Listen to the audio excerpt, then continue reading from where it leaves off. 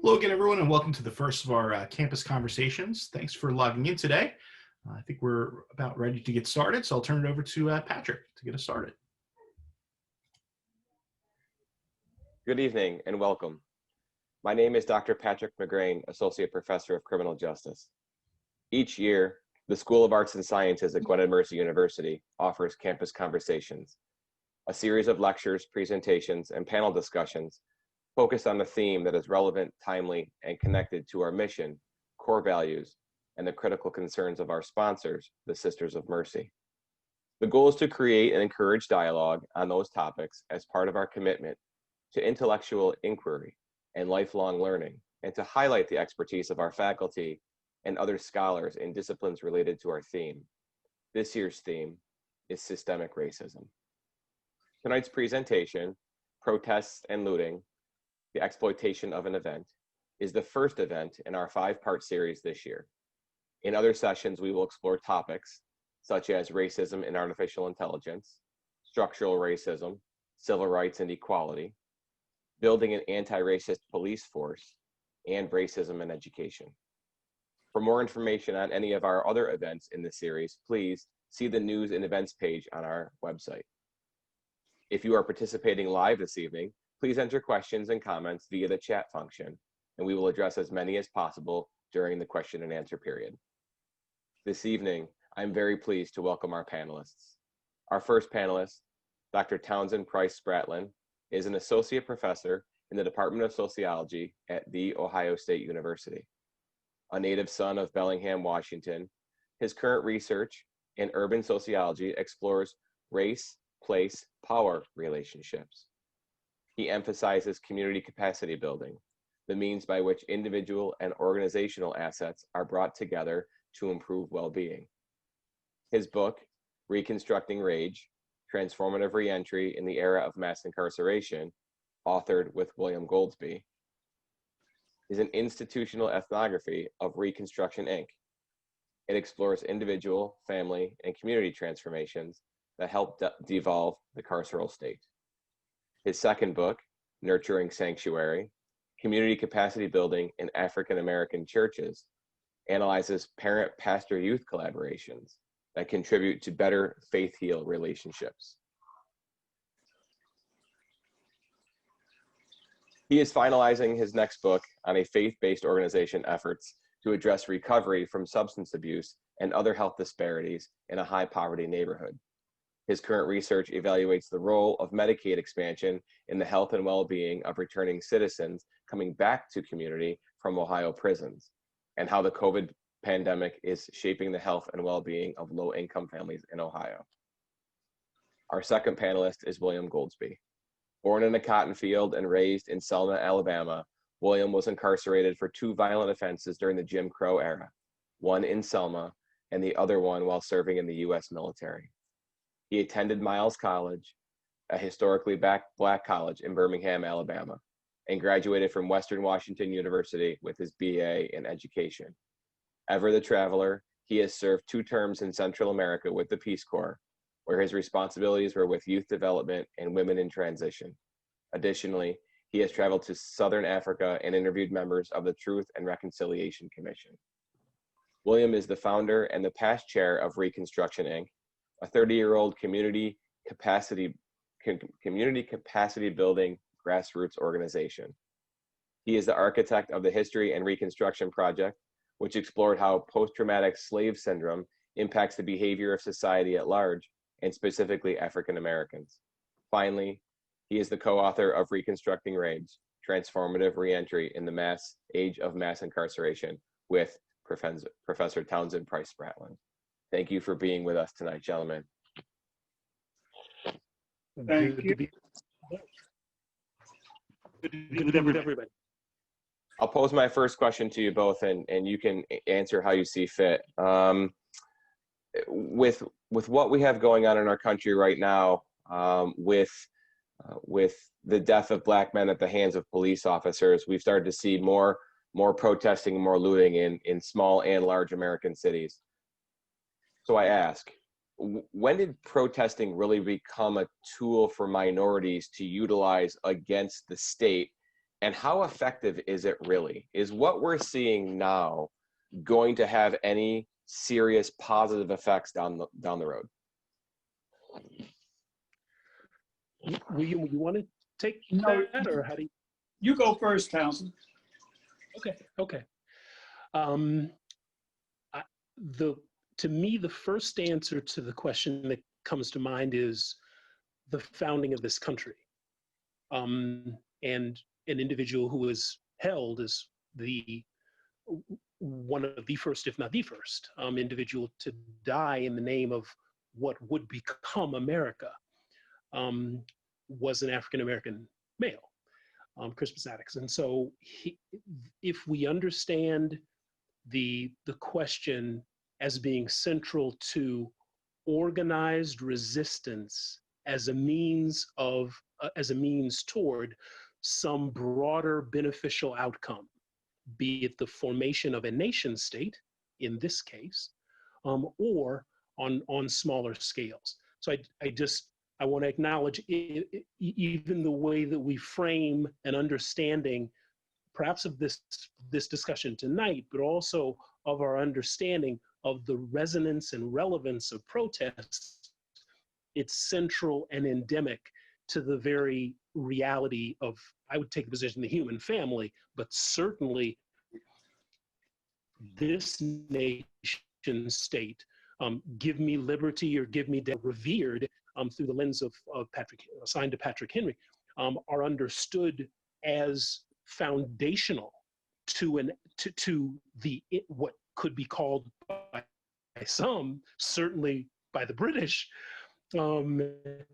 as words that contributed to the instigation of a formed resistance toward the challenge of their, well, they wouldn't say tyranny, but as folks on this side of the this side of the water experienced it, so as tyranny. So acts of organized resistance in the form of protest are at least as old as the very founding of this nation state, and of course go back far, far longer, by millennia, in various forms of resistance.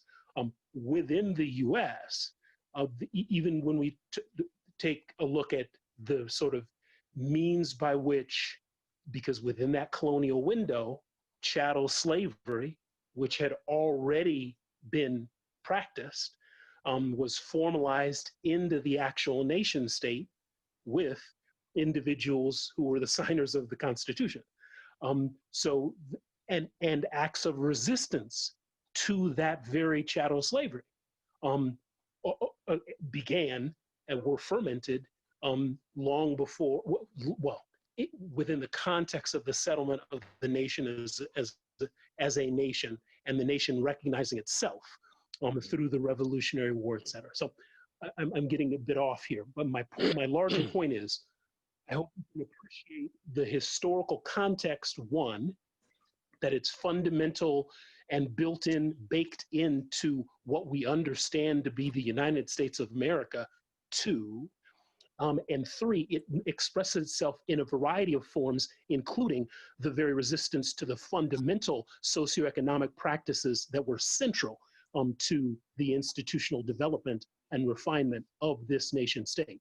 Resistance to chattel slavery, which are understood through the lens of the abolitionist movement, but the actual abolitionist movement, in the context of the first half of the 19th century, actually have deep, deep roots going back into the 18th century. So organized as formal protests, perhaps not, but forms of engagement to address structural inequalities and profound injustice, fundamental to the very understanding of what this country is about, and the very foundation of a critical racial polarization that we are still processing these decades and generations later.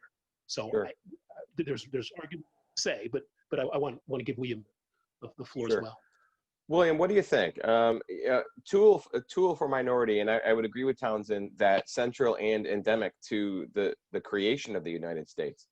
How effective How effective is this method of protest that we're seeing right now?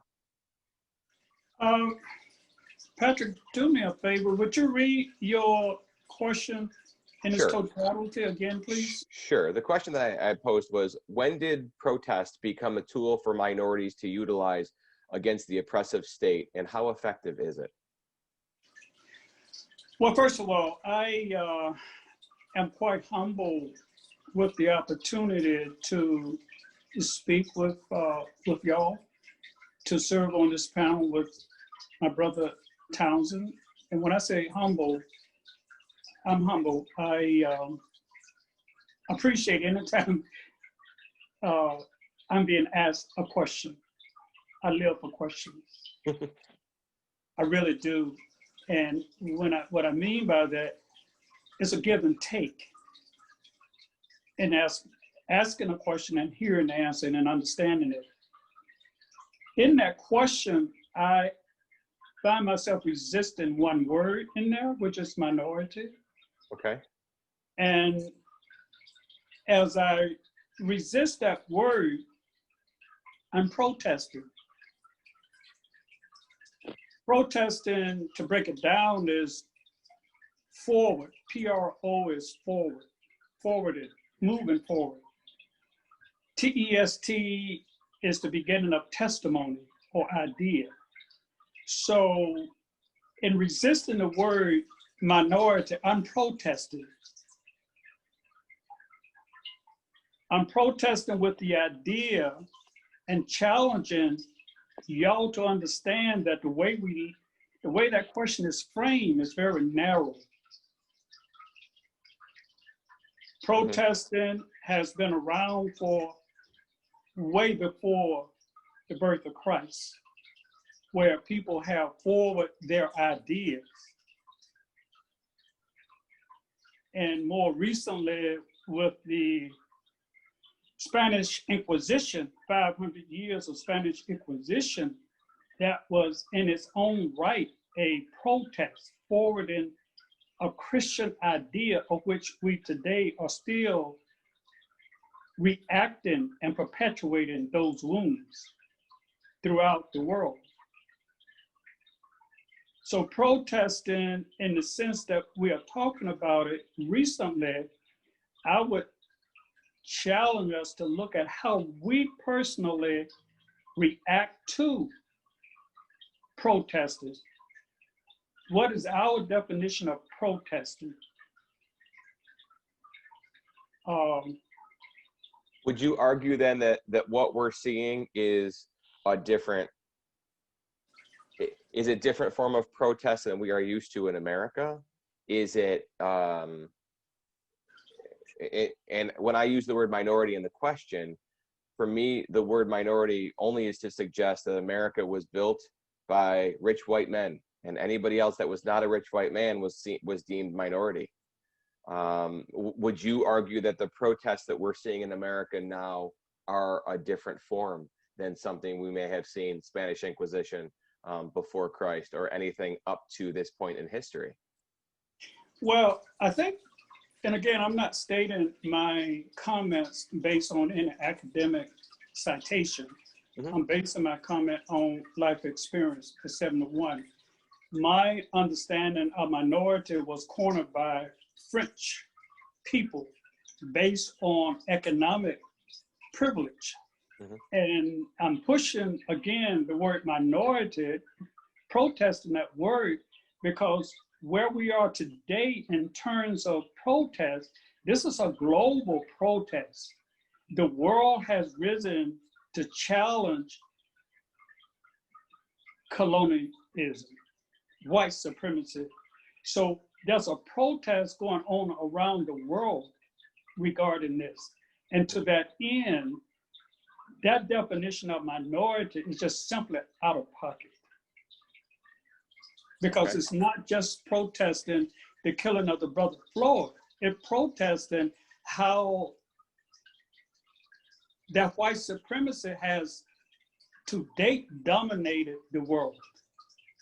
You have people protesting, putting forth new ideas in terms of humanity. So we are not minority. And this is not a new movement. It's new in the sense it's the first time globally we are pushing forward an idea of humanity. Okay. And yeah, and I would sort of build on or engage with what William has shared in this regard. Since the second half of the question focused on effectiveness, critical question. If there is a particular form of anything, what does it produce? Sure. is a vital question. And I would say, sort of look at the historical record, and there's an element of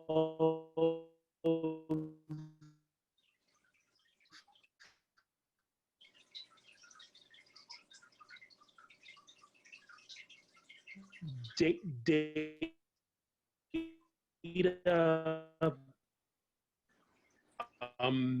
not misbalanced, because we tend to to be in the historical record. Many more movements initiated engagements, most easily top of that. I mean, to me, if we want to go to the 19th century, to me, the Civil War can be understood through the lens of protest. Now, again, it was framed as an adversarial to forms of a split nation state, when one of those forms of the nation state wanted to uphold a form of socioeconomic practice, dehumanizing socioeconomic practice, to view folks of African descent as critical to their uncompensated economic and societal participation, whereas the North presumably wanted something different, some manner of engagement, if only some manner of engagement that would challenge that Southern desire. So in that sense, was there a specific protest? Well, we can point to Nat Turner, we can point to John Brown, we can point to incidents that were critical to the onset of, or the enhancing the visibility of what had been a sustained and viable abolitionist movement, because individuals had been moving through the Underground Railroad for many decades prior to either of those particular individually led small-scale acts of resistance that I just named. But the Civil War can be understood as being informed by and I would take the position, to that degree, protest was successful. It led to profound nation-state conflict that led to the reformalizing of the Union and the formation of Reconstruction, the historical period which was central to striving to figure out what pattern of nation state and what manner of citizenship those people of African descent would have. Again, we are true to Williams. We are still processing the answer to that question. But that was a success. That was a success. And then we could point to sort of women's suffrage, or the civil rights movement, or more critically, and a different version, again, with the use of the word protest, Thurgood Marshall should be conjured here because of the significance of the NAACP Legal Defense Fund and the set of legal challenges that were used, basically challenged in a pretty strategic set of legal initiatives to challenge through the judiciary the process that manifested as what we know as Brown v. Board of Education. But that was many cases in the making. Was it related to protest? Well, again, protest as citizen upset from the standpoint and volatility in the streets. Yes, because it was included, it included that, as well as a great deal of patient jurisprudence processes as another form of institutional sequence acts of resistance to build up to a profound Supreme Court case that we all point to in historical memory. So there's another way in which we can appreciate the process of protest manifesting in a success. The Voting Rights Act is a product of well, narrowly defined, the civil rights movement. But again, even the civil rights movement, if you want to initiate it in '54, was informed by, has a long tail, because as many of us know, the original March on Washington was was organized by A. Philip Randolph in fellowship with others. And it was addressing President Roosevelt's exclusion of African Americans from the war industries. And so it was supposed to take place in the window due to the executive order that was central to engaging. So that the ferment of possible protest, that march never took place. And yet its success was the executive order that led to the engagement and the formalized inclusion to a far larger degree of African Americans in war industries for World War II. Yet another success of functional protest. So one can point to the historical record to demonstrate multiple examples by which different forms of institutional participation, including what we could understand as protest, leading to successful societal inclusions, challenging injustice and moving more toward, to harken back to the colonial, moving more toward a more perfect union. Each of those actions, I would take the position, were outcomes that contributed to a more perfect union. We continue to strive to actualize what those words can possibly mean. Good. Well, let me ask then. You sort of answered my next question, so I'm gonna move on a little bit. Townsend, you said, I like the idea that we've got small successes, right? We've got these small successes, the positive outcome, one nation under God, indivisible, if you will. Is it the case that when I almost want to call it a small p protest doesn't work, that we end up with what we've had here in America recently? That are we facing a point now in our society where the protest isn't enough, that simply standing up and being heard is not enough, and it's leading to riot, it's leading to looting? Would you argue that that's where we are, that the small p is not working, so the large P protest is now where we've sort of, we've got places like Rochester, New York, we've got places like Atlanta, you've got the protests, the riots in Portland. Is that the small protest is no longer working, and so we need to escalate to the next level? Would you argue that that's sort of where we are?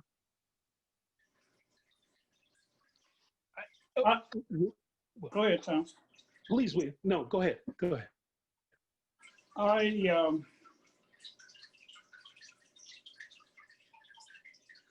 think there is something working. There's some effectiveness. For an example, Sister Harris debating tonight, a Black woman, for the first time in the history, with the possibility of becoming the vice president. And that is as a result of protest. You certainly cannot minimize the effectiveness of that kind of protest. Though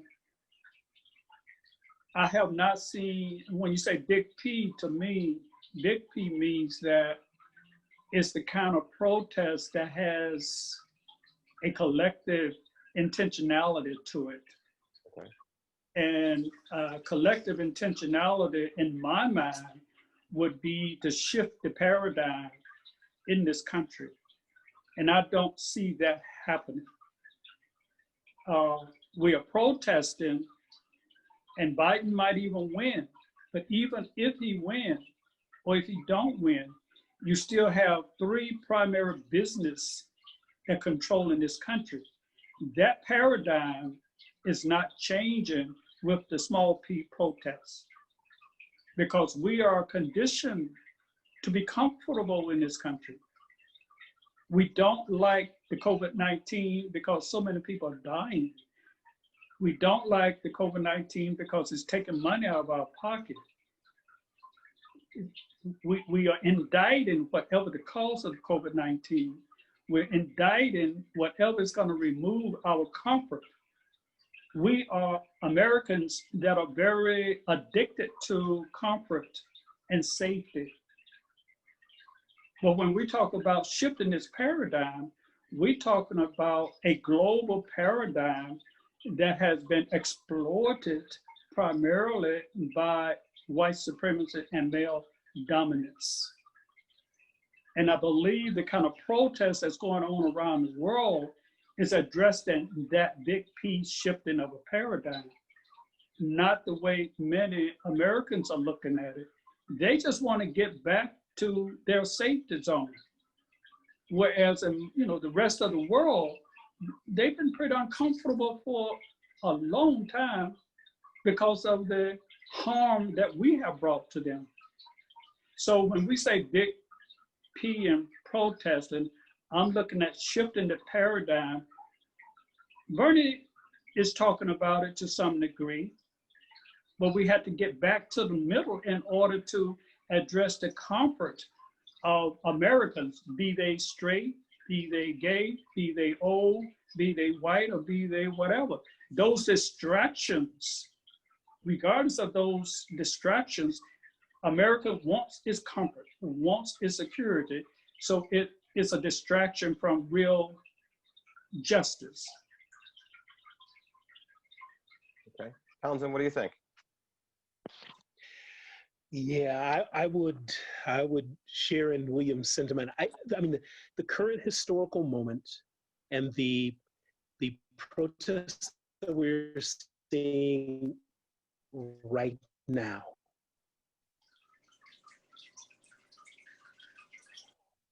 are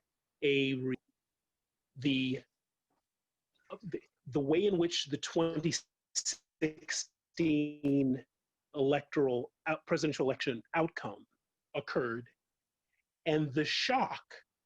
The Women's March was what wasn't it the day, either the day before inauguration or the day after inauguration? It was during the inauguration. It was during the inauguration. Okay, thank you. So in that case, there was a recognition we're in a great deal of trouble. They were already those groups were already in trouble, informed by at least in part William's point,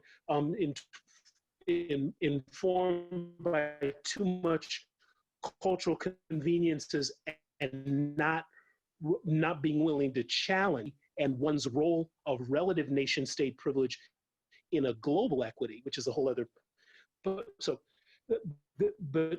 it was with a moment in which a bunch of U.S. citizens said, "Whoa, we in some serious trouble," and let us act. Let us acknowledge that collective grievance. Sorry, let us acknowledge that collective concern.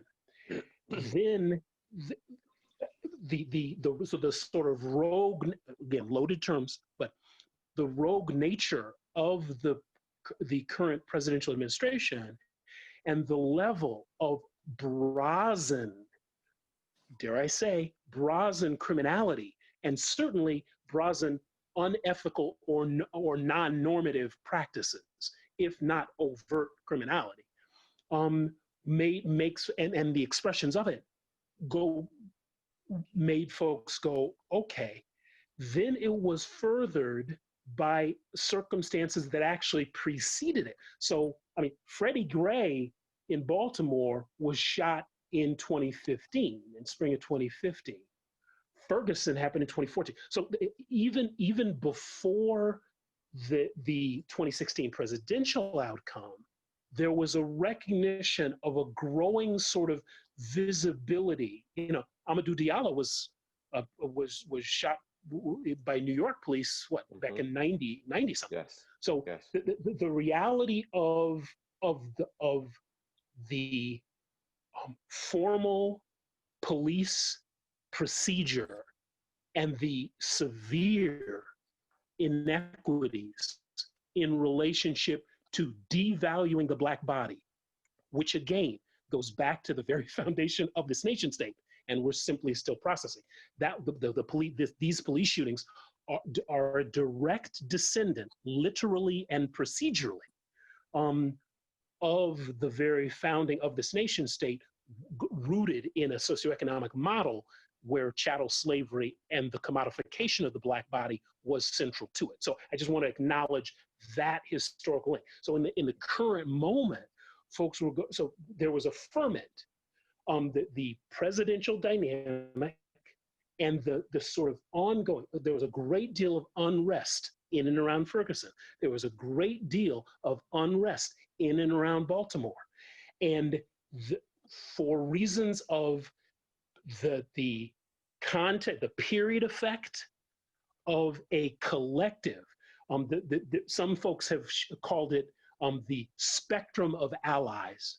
So there was a sort of broadening of the spectrum of allies, enough within the context of a presidential outcome that led lots of folks to recognize the need for a greater level of critical awareness, possibly the greater level of political action, political participation. So I just want to acknowledge that there were sort of multiple tributaries, if you will, moving toward a broader pathway and river. And then due to the engagement of the pandemic, back to William's point related to pandemic, the dynamics of the pandemic and the sort of pent up, lots of pent up everything, pent up emotions, pent up uncertainty, just a level of, not chaos, but just an intense level of what next and what now. And then over social media, yet another Black body is devalued on screen, and one could see, if one would choose to, the whole 8 minutes and 43 seconds, if you would choose to. And then there's a recognition, and that then the spark and the intersection of those multiple pathways led to the onset of a profound level of rage. And the enactment of that rage was, he just was going out to get some cigarettes. So it's sort of informed by, what? And he ends up dead? And so that level of, there was enough of a spectrum of allies within the context of the multiple pathways and the tributaries joining, and a ferment and a level of uncertainty and volatility that had been multiple years in the making, informed by a multi-generational devaluation of the Black body to the point of rage. Sure. And multiple, and again, back to William's other point, these were global. There were lots of Black Lives Matter protests across the world, not just across the United States. So there's in that there is a recognition of a shared resistance to broader forms of othering, framed through the lens of white supremacy, framed through the lens of colonialism and imperialism, that remain, the residue or contemporary practices of which are fundamental to how the United States often does business in other parts of the world. So, so there are a variety of ways in which the current period can be understood as a sort of fermenting or fomenting if you will, an outcome of a bunch of stuff that has, sorry, a bunch of stuff, way too vague, a number of factors Sure. that were interdependently coming together that led to the protests that we saw and the level of unrest associated with it. So, Sure. and again, I just want to say, I know it's a later question, but the vast majority, even at point of contemporary origin within this year, were peaceful. The vast majority were peaceful. And they often only became violent with the engagement of the formal nation state in some way for legal social control, be it that federal band of whoever they were in Portland or whatever whatever place one might choose to point the finger. So sorry, that was way too long, but I just wanted to acknowledge that this current moment is years in the making. Well, and you make a good point. Actually, I want to jump back to William for a second. I was reading something recently, and I'm going to give you the sentence. The sentence is, "What is the mood and temper of the public and of former felons in it as they return to their families and communities? Rage is warranted." Now, I'm going to give a little plug. This is Reconstructing Rage by the two gentlemen who are here with us this evening. But the fact that you used the word rage was perfect, because the statement is rage is warranted. Is there? I would agree with you that we have, and the two of you both said that we have gotten comfortable. Right, and this is what we would like, and when we get taken out of our comfort zone, this is what happens, and that rage is warranted. So the question then is rage inescapable? Is this going to be a cyclical event where every 20 to 30 years we see a city in the United States burn? We saw it with Rodney King in the early 90s. We had $400-500 million worth of damage to the city of Los Angeles. Right, we're seeing it again in Portland. Is rage inescapable as America is currently set up, or is there something that we can do to fix this? Is this simply a matter of creating equity so that the rage goes away, or is this an untenable situation that we will never get away from? William, your thoughts? Yeah, I would suggest that rage is a good thing. Rage is the compilation of all of our suppressed emotions. And I invite people to lean into that rage and explore how do we heal ourselves from that hurts us inside.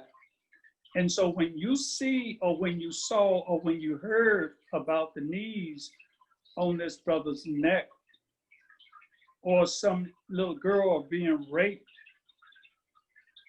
you have some feelings inside. Each one of us has those feelings. And so those feelings, whether it's because of something extremely heinous or incredibly pleasant, those feelings must be nourished and allowed to come out. And rage is when we don't allow that to happen. So it explodes in some form or fashion. So I think today, the fact that some new policies are happening throughout the country around policing, at least that part of the social rage is being dealt with. There is another piece of the rage that we have a responsibility for. Nazism came about because of angry, dismissed Germans who were angry because they were not being acknowledged. And we're seeing that here. Trump has addressed that rage. So as a human condition, we have the capacity, we have the intellect, we have everything we need to begin in this moment on a personal level to begin to dig deep. What are we harvesting in our own spirit that needs to be shared with someone else? How dare we talk about this man getting killed by the police officer when we got stuff in our own spirit about our own family members? So yes, it's going to continue to surface. It doesn't have to surface in a toxic way. We have the resources, the capacity, the spiritual healing tools to individually and collectively allow that rage to transform into something that's very healing. Until that happens, Patrick, we're going to continue to have within society these warps or wounds, like the body. Mm-hmm. When the body has a foreign object in it, it's going to have warps. Not only warps, it's going to have some real bad stuff. And you're going to have to go to the doctor and get it sucked out. Mm-hmm. But we have a tendency to dismiss what we feel on the inside and project it outside. So we got the Peace Corps going over into other countries, but won't deal with whatever's going on here. We got people within our own little comfort zone steaming about mom, brothers, sisters, and won't deal with it. But yet we get all emotional when we see that happening to someone else. So how do we fix it then? You said we have the capability, and this isn't just, and I guess my concern is that if it's there for us to fix and we have the capabilities, why haven't we? Is it because it's too much work? Is it because we don't want to? Is it because those in power decide that they would rather deal with a protest here or there rather than make a permanent change that offers equity for everybody? Why don't we fix it? I think the reason we don't deal with it on a personal level is the same reason we don't deal with it on a communal or political level. It is a hard pill to swallow, to look inside to see what you need to do for you and to take that into the family setting. I mean, it's easy to talk about that uncle with the Confederate flag to someone else. But does the family really sit down with that uncle? They'll probably sit down with that uncle and disagree, but not understand. And if we can't do that on a personal level, on a familial level, then you're going to have that happening in the community. Okay. Yeah, I would share in that. I mean, William has not used the word, but as I understand it and hear it, much of his language, and true to how I know him and have known him across these decades, what are the ways in which consensus and consensus building can actually function? To your earlier question, Patrick, I would say that while rage may be understood as inevitable, that's getting back to William's earlier point. That's understood, that inevitability is rooted in the absence of willingness to shift paradigm, to move toward a broader sense of consensus building as a set of institutional practices. Yes, it can be, and William is moving from the personal to the political. So to be Black feminist about it. So what are the ways in which the interpersonal of consensus building can be furthered within a social sphere, from person to person to within a social sphere, to between organizations, to communities, to and scaled up consensus building can be scaled. It can be scaled. And it can move to, that's a part of what our book explored. What are the ways in which Reconstruction Incorporated has participated in consensus building to address the carceral state, narrowly defined among, and critically, but narrowly defined in individual returning citizens and individual returning citizenship, consensus of the self to a new understanding of self.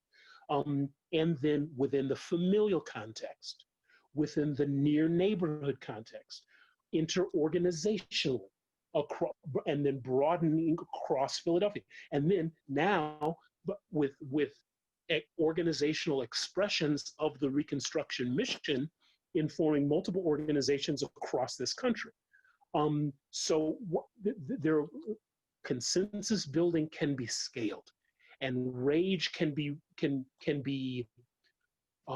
reconstructed. Sorry, but to acknowledge the means by which having to take for granted, just sort of waiting with a sort of sense of looking at a clock. For the next George Floyd, for the next Breonna Taylor, for the next Ahmaud Arbery. I mean, there need elements of that next, so long as we continue to have the practices, societal practices of structural inequalities that we do, and the role of both, heck, Trayvon Martin, because there you're taking it out of formal police control, and right, you're getting an individual who was a wannabe cop, who, and in the case of what the decision in the case of George Zimmerman was to enact police procedure as if he were, just like the young man in Kenosha, who again. So what are that is, so we have clear examples of the opposite of consensus building. We have clear examples of the willingness to invest further as an individual in the current paradigm of devaluing the Black body, and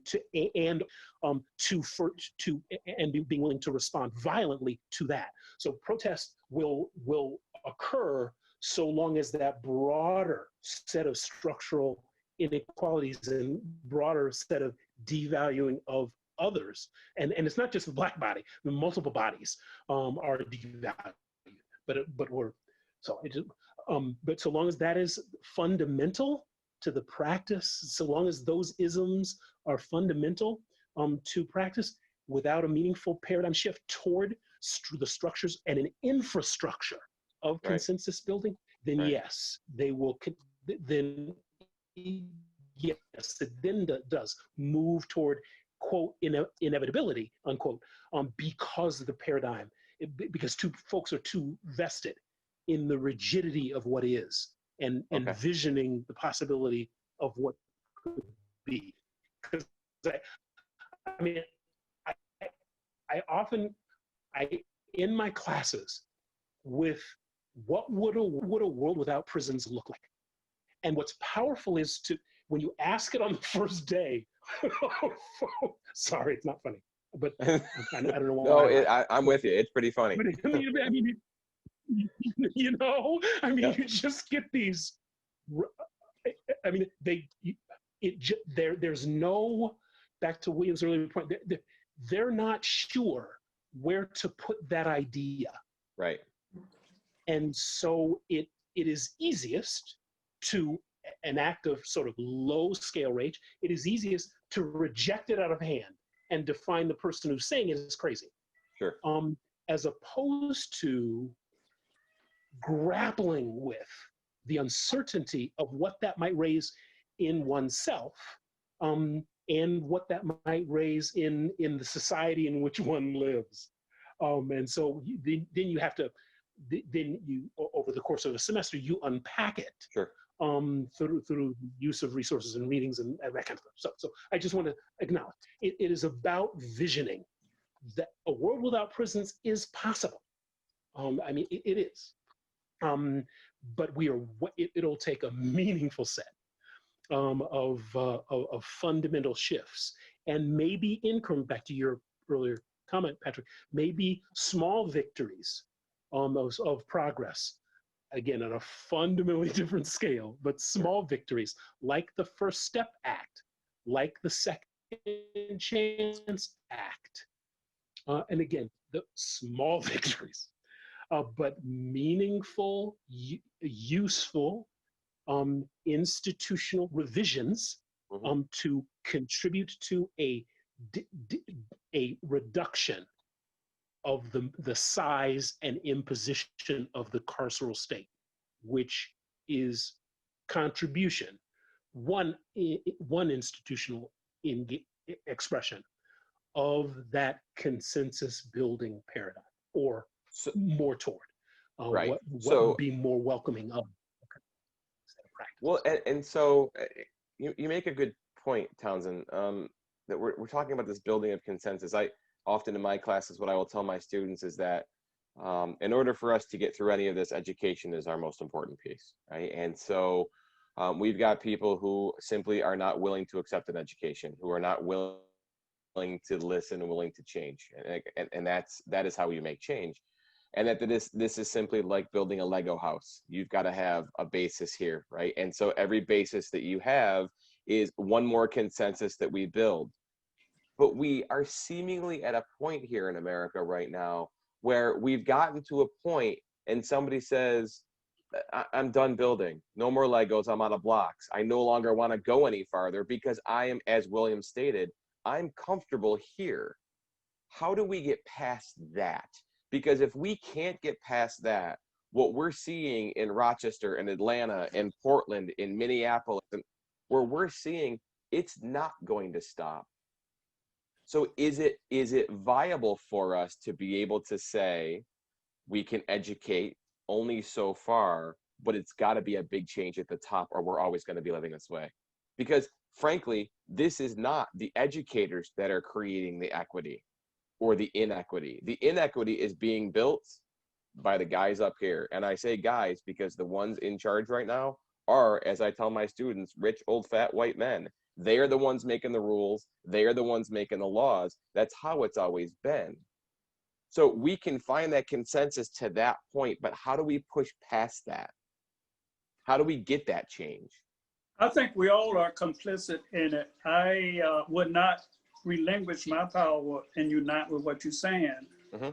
I think that one way we can begin to embrace that power and liberate ourselves from that kind of thinking is seize the moment. We are being forced either by someone creating the COVID-19 or it just came out by itself, but we have an opportunity to be still. Our life has been interrupted. Mm-hmm. Now we have a choice to say that interruption was created by someone else outside of ourselves, or we can take advantage of being still because our life has been interrupted. As it's being interrupted, we need to really learn how to be still in ourselves, within our family, and begin to really explore areas. At 71, I'm realizing how little I knew about myself. So we treat each other like television episodes. And when we talk about the carceral state, that's not a place in Wyoming. The carceral state is the way we think. We perpetuate in every word we use in its own way white supremacy. The carceral state is a way that we've been conditioned through time, through space, time in terms of how are our weeks named? Who gave us these months? We are perpetuating it every minute. So we need to stop and just interrupt how we think about things and recognize that each one of us within our own family, within our community, has the power to change this whole thing by just accessing our own organic intelligence. We have that responsibility, that obligation to access our own intelligence and not to just let someone else dictate it to us. And we must connect with each other more than just what we think. We have to just get out of our own way and dismiss our hypothesis about our uncle, that uncle with the Confederate flag. Most of what we think about him is what's inside of us that won't talk to this dude.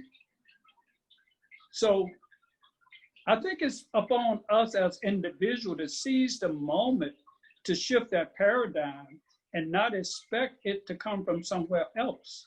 It's our reaction to the stuff that perpetuates it. So in that sense, this is not a cultural thing. This is not a race thing. This is not an ethnicity thing. This is a people thing. It's a people's thing, and it's okay to not get what we want in the next minute or second. You know, our perception has been managed to the degree that we want everything quick. We've been told by the media that we don't have enough time for this, we don't have enough time for that. Newsflash, time has never been limited. But if you listen to the radio, you listen to the professors, you listen to the teacher, you got to get this done. So we're gonna have to just interrupt the way we think it. I've got a whole group of students, William, who are going to take this part of the conversation and tell me that they don't want to write their next paper or take their next exam. You have just made my life so much more difficult. Thank you for that. Good. Well, ask the student how best they're going to get their objective from coming to school and have them to design it. Sure. Yeah, and that's. I think I like that notion and this notion of consensus building, that this is an individual, this is a personal, this is not a black, this is not a race thing, this is not an ethnicity thing, this is a personal thing. And so, but let me speak on that consensus thing. Yeah. To what end do we build consensus? And consensus, that process is a very tedious, laborious process. And because we've been so conditioned to operate on the clock, we say, or we don't behave as though we have the patience to do consensus. On top of consensus, to build consensus, there has to be an element of letting go and trust. Because when you got three people making a decision, and one does not want to unite with the other two, that one got to trust or either block the movement. And that requires understanding consensus. So we use stuff where lay people really don't understand them. And so, you know, we have to be able to be very common with our language. And that's why I'm saying we need to be still and be able to understand first ourselves and how we communicate with each other. Consensus is something that many of us don't understand how to build consensus. So how do we start? Conversation? Education? Well, I think within the family structure. Okay. I think within the family structure, to take risks within the family structure, to understand that consensus, understand to what end are we building consensus? Are we building a collective? Is that the reason we're doing consensus? Some people think consensus is opposite from voting. I don't agree with that. I think consensus is a part of voting. But when you get to the right end of the spectrum, within a lot of, when you get it to the left end of the political spectrum, community organizers or activists, they tend to see voting like a vampire would see a cross or Quaker. So there's a large, deep misunderstanding of what consensus is and how does it tie into voting. Okay. Let me bring this idea of consensus back to this notion of protesting and looting, and more protesting and rioting that we've seen here in America recently. I was watching a news feed, and there was a a white woman spray painting a Starbucks. She was graffitiing the side of the Starbucks. And a black woman went over, it was in Atlanta, and the black woman went over to her and she said, "What are you doing?" And she said, "I'm angry and I'm upset." And she said, "But I'm asking you to stop, because what you're doing, I'm going to be blamed for." So is this sign of solidarity? Is this co-opting somebody else's rage? Or is this the consensus that we're looking for? Is this somebody coming to the defense of somebody else's counterpoint? Or is this simply somebody acting out because, well, nobody else is going to watch and I'm deciding this is how I want to behave? Townsend, your thoughts? In order to, well, the most honest answer to your questions would be asking her, because she would, that's one quality way to address that question, is asking her. But Sure. Your co-opting question is an interesting one, because when you were describing that, Patrick, the first flash that came to my mind was Umbrella Man, who was, and I will misrepresent the city, but he was in a place, he was at the periphery of a set of protests, and as a white male, he was dressed in a black umbrella with black gloves in black, and as it turned, and he was participating in the smashing of I think it was an AutoZone or something, a pizza place, whatever. And in that act, and it was young African American folk who approached him and said, "What are you doing?" And at the point at which they challenged his action, he retreated and removed himself. He ended his choice to behave in that way and to enact violence on that particular property, and then went away. So in that case, there was that kind of action is, well, I would think that the consensus building was in the willingness of those African American young people to approach him, to act together. It was led by one young man, and then others joined. And it wasn't aggressive. What was powerful about it is, it's sort of, to William's point, it sort of reframes racial reasoning. This was an individual. He was never, in my view, he was never in danger.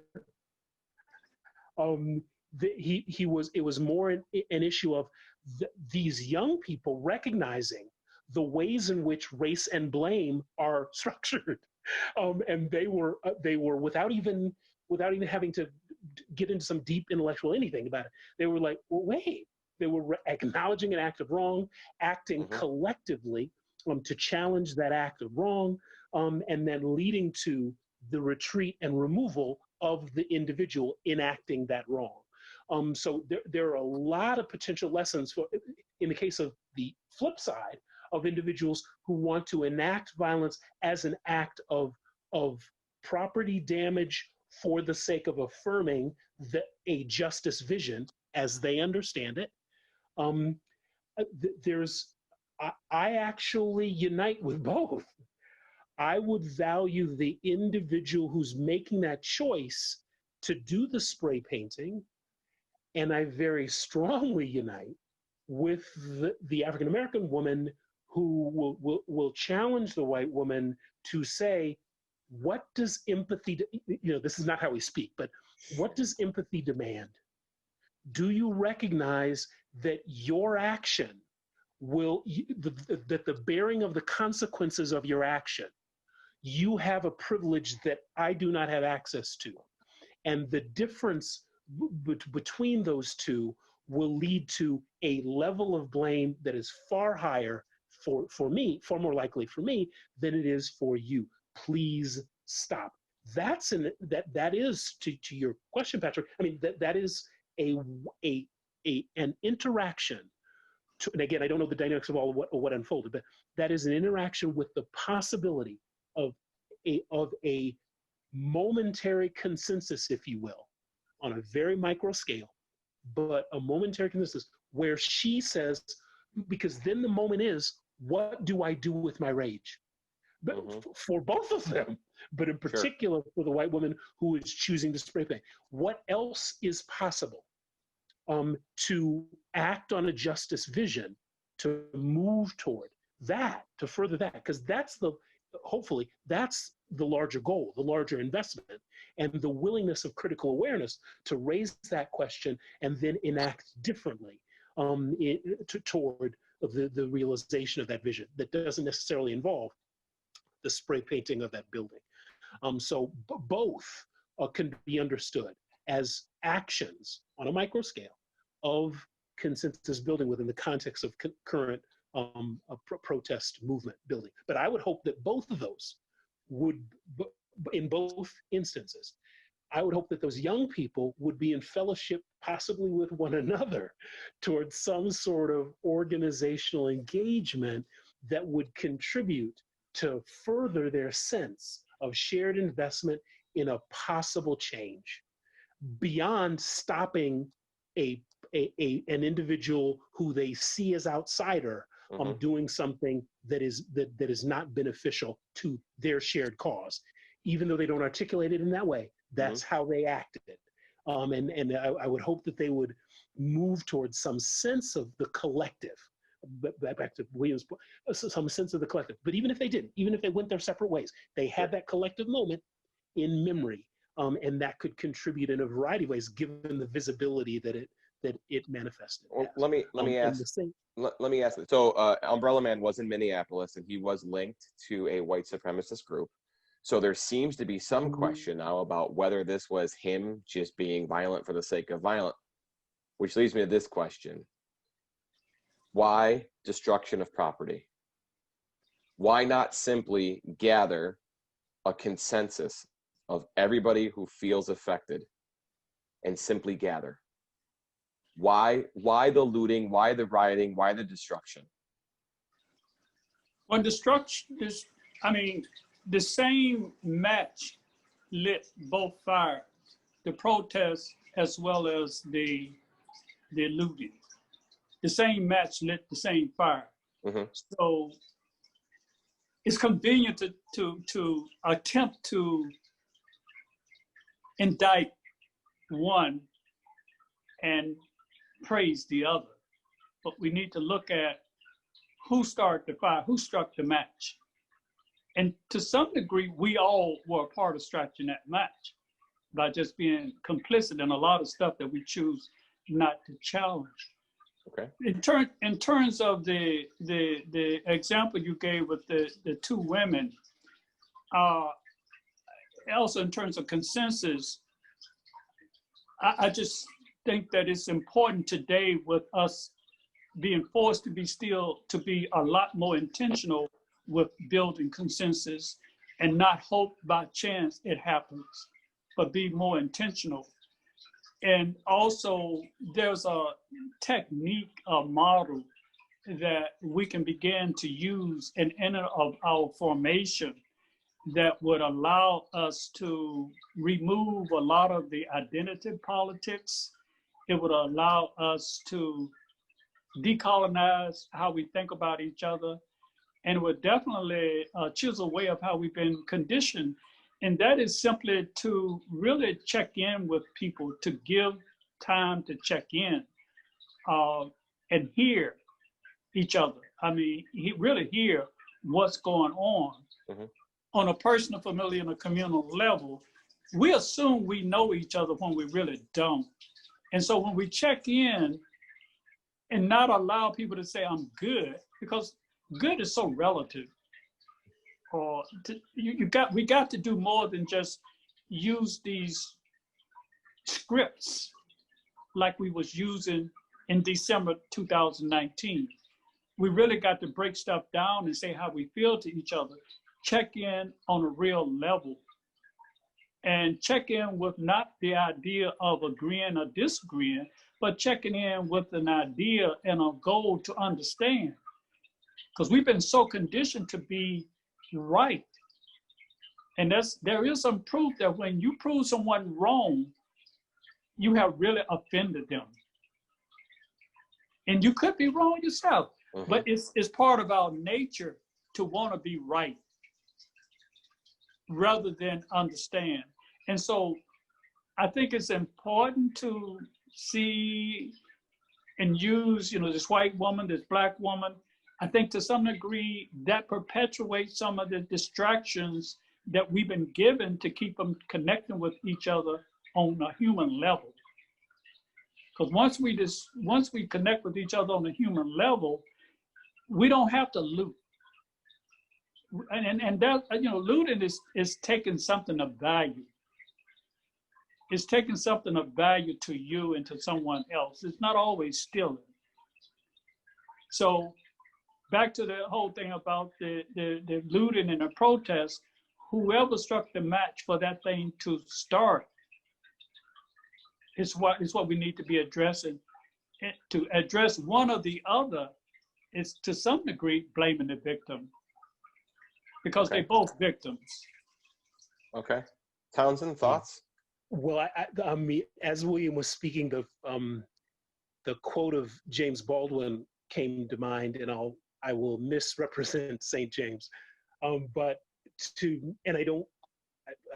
there's a need to unpack that, since I'm speaking with individuals who may be Catholic. So I don't seek to disrespect the Catholic tradition, but simply acknowledge the reality of how I understand actions of profound grace and contribution that worthy and warrant a labeling that acknowledges that truth. So anyway, but so one of the things that James Baldwin talked about was he was being interviewed by, I've forgotten, it wouldn't be Vanity Fair, but Variety, a magazine in 1968. And he was being asked about the riots that were, I've forgotten, I would have to think about, I think it was a Camden, but whatever the ones were within that window of time of the spring. I believe this was before Reverend Dr. King was shot, but he got mad because a piece of symmetry with what I understand William to be expressing. How dare you? He asked the person asking him the question, how dare you ask me the question as if there's a choice of indictment that is unidirectional, solely at pointing finger at the individual who was, in the case of James Baldwin, they were using a youth who broke into a television shop, and the youth took the television. And James Baldwin's point was, his statement was, there are multiple victims and multiple victimizers. You are asking an individual who is going into a shop, likely owned by an individual who does not live in that community, who has not contributed to that community, and is taking something of value that they know is an act of resistance that will be understood as loss, that shop owner can afford. Whereas he, in a lesser economic position, is making a choice of rage that is also informed by the recognition of class difference in this moment and in this particular neighborhood, that where an outsider is taking resources without contributing to the resource, without contributing to the community in a way that young man could value. I've butchered it, but the larger point that James Baldwin was attempting to convey is the looting action, it needs to be understood within a structure of profound inequality. Yes, narrowly defined, it is the destruction of property and the engagement of a set of criminal acts that individual is doing. Mm-hmm. Yet that individual is a product of a set of societal criminal acts of marginalization and othering that have led to that moment of motive and that choice to go into that store and enact that way. Acknowledge both elements of the criminality. And if you don't acknowledge both elements of the criminality, then you are woefully misrepresenting the moment in the looting. So again,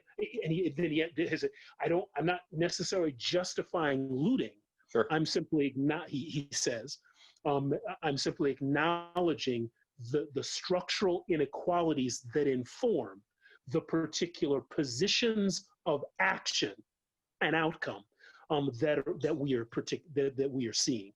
And we know from media representations of in the current moment that much more attention, again, those that rate the unrest that rose to the level of violence, a low-scale measure of violence from, and I could get the specific citation, but the low-scale level of violence was about 7%, about 93 to 94% of the protests. And they did a formal count of 10,600 demonstration events across this year. And the better part of 94% were peaceful.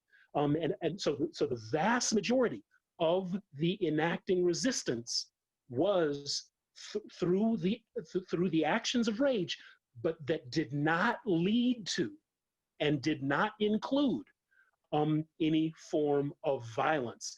And within that 7% or 6 to 7%, some amount of it was informed as an act of resistance based upon the escalation and as a response to being acted on with what they defined through the Armed Conflict Location and Event Data Project. It's an international one. It's headed, but the executive director of the project is a Brit.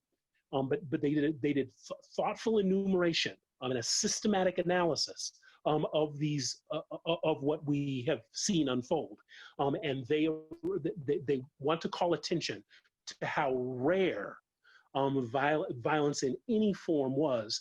One, and two, that much of the violence that did occur was often a reaction to the ways in which individuals were being acted on by, quote, law enforcement. So the looting is a loaded term and understood, and it should be understood within the context of structural inequalities. Again, I'm not similar to James Baldwin. I'm not defending the action. I'm simply acknowledging that the level of violence and the level of criminality is multidimensional, perpetrating a particular act against property and ownership. Okay. Let me ask you this then. I guess maybe what we'll do is I've got one more question, then we've got a couple of questions here in the question and answer. So I'm going to ask probably the most challenging question I've asked you all night. And I don't know that there's an answer, but I would love to hear both of your responses.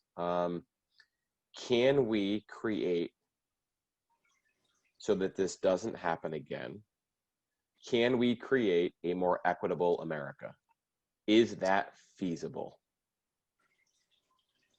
And honestly, gentlemen, if the answer is no, the answer is no. But I need to hear it from somebody other than myself, because I seem to be tilting at windmills lately. And it would be nice to be able to hear from two educated men. You know, can we create a more equitable America? William, what do you think? Yes, and yes. I say that because I live the America I want to see. And that means that I see in each one of you the brilliance, the divine, the holy, and the sacred. I also redefine the word perfect. Perfect means there is a flaw. It's not perfect if it doesn't have a flaw. Thirdly is I say yes because humanity is still young and still primitive, and we are still on the move. And it's not just about America, it's about humanity. So I would say a resounding yes, and having these kind of conversations build on that yes. Our young people today do not have as much baggage and blockage than many people that are my age. And yes, in spite of the death, the agony, the pain, the struggle, the disheartening that we're going to go through, on top of that, I say yes. Okay. I love the answer. I want to believe it. Townsend, what do you got? Yeah, I could not agree more strongly with William than I do. Yes, I mean, we are living a social experiment, and I don't mean it in the lab coat, Hollywood movie sense. Right. I mean, we are William's points. We are because we want to value our intergenerational history. But actually, one of my sisters who works for the State Department in the Foreign Service, and she one of the things that she talks about, Pamela is her name, and one of the things that Pamela talks about is walking through Istanbul and walking through these various civilizations, walking in parts of Southeast Asia, walking in continental Africa. I mean, these various civilizations across the world that are centuries upon centuries old, and having a sense of the historical timeline. So there's a bunch. So we are very early on. We are extremely young. So I have a great deal of hope. But I want to also say this. I often have as a spiritual point of reference, and my emotions need not distract from this, but in Saint Harriet Tubman. And I often think and say to myself, what did she think at the start of her 11th journey back into the belly of the beast? Or, name a number. She did that at least 13 times, perhaps as many as 17 times. But the point is, pick a number. And what do you do? How do you have a sense of the possible? Because I say that to say, who am I to look upon that, have that in my ancestral history, and we have it in our societal ancestral history, all of us. And there's a recognition of seeing a possible vision. Who knows what she saw of a possible expression of her own humanity in fellowship with the humanity of many others, many forms of allies along that spectrum, along the way of the Underground Railroad, many. And so who knows what she visioned? I don't know that she would necessarily vision this could do, but what she recognized was there's every reason to sustain investment in the possible. To the old school book title about that celebration of Black womanhood. I dream a world. What kind of world do we dream? And it's not just about dreaming. Similar to Reverend Dr. King, I Have a Dream was in '63. He lived 5 more years. So anyway, it is moving from having a vision and clarifying that vision and coming together, and then enacting decisions and actions that can bring that about. Yes, it is possible, especially given our societal youth. I mean, there's another thought that comes to mind because of the ways in which, like the unrest in Baltimore, there was a significant racial divide in perception. What is justifiable violence, and what was the language? What is justifiable violence, and what is opportunistic criminality? Well, the racial perception of those two perceptions were profoundly racialized. The better part of 60% of African Americans viewed it as justifiable violence. Something like nearly 2/3 of whites viewed it as opportunistic criminality. So we Reverend Dr. King, we've got some difficult days ahead. It is going to be there's a lot to work on. But yes, it is possible. We can move toward a more perfect union. I really, You see it. who am I Right. not to place value in Sure. I appreciate that. We have one question that came in that I thought maybe and if anybody else has questions, Townsend and William are here for a few more minutes to go through. One of the people in the audience wanted to know, with a discussion that we brought up a little while back on the Civil War, we had a division between the East and the West, between the North and the South. Most importantly, on ideological terms. How do we approach or confront the inequality at a national level when we no longer have this geographical division? How do we the issues that the question that she has is communities are being ideologically divided and protesters and activists are separated by large distances. How can we deal with these geographical divides? Thoughts? Do you want to answer that, William? Or I'm trying to give my phone some juice. It's getting ready to die on me. okay. But go ahead. Go ahead, Townsend. While the clarity of a geographic divide no longer exists, various forms of that divide do exist. And I would really hope that we do not need to get to a place of literal civil war. As we know, there are some organizations that would seek to have that happen. Sure. And there is no, in my view, my personal view, there is no need for that. It is possible to move toward shared information that can contribute to challenging views and viewpoints in environments of shared respect. Now, the challenge is even that division within media is really a challenge. There's the camp that values MSNBC or NPR or Pacifica, and there's the camp that values Fox News as a nation state entity.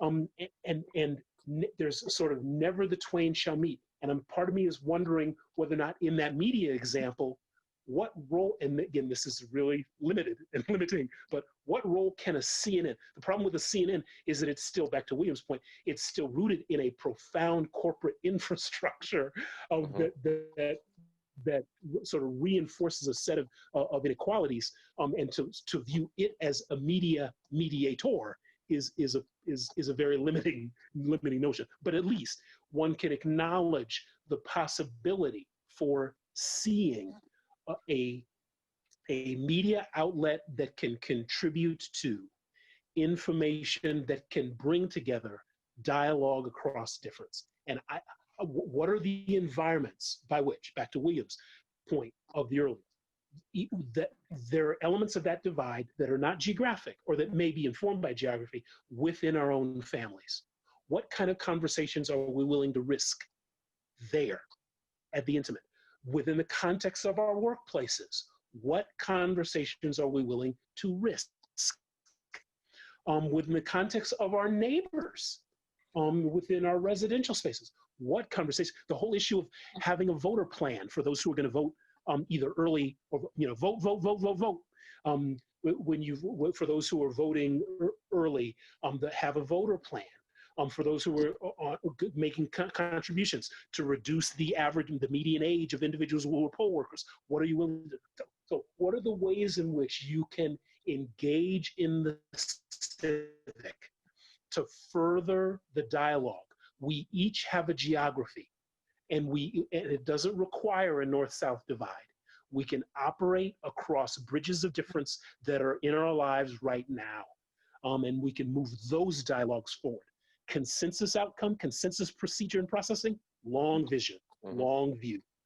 But dialogues of respectful exchange, information exchange, very possible in our lives and beyond it. Okay, great. We've got one other question that came up here. I think this one is almost directly written for William. It almost feels like he wrote it himself. The question came in, William, how do you have tips for how we as individuals can focus on consensus building in families and communities? Yes. I think the first one is to understand that we ought to put a priority on understanding and raise the question about whatever's being said either in the family or in a community meeting. We depend too much on scripts, and we assume that people know what we mean when you simply say, "How am I doing?" and you say, "Good," and you just move on. So having the patience to really slow down and recognize the words that we use in order to connect. I think to that degree, yes. What was the other part of that? How is it that we can build consensus in families and communities? The other is we had a retreat the other day, and one of the themes was building collective. The theme was individualism versus collectivism, and there was an art piece that was shared to show the differences between the two. Aside from getting into the art that was used, one person had a problem with the artists because they had a very perplexed sexist background, and was suggesting that if we're going to use an art to show how to move from individualism to collectivism, we should not use an artist that has that kind of background in terms of sexism.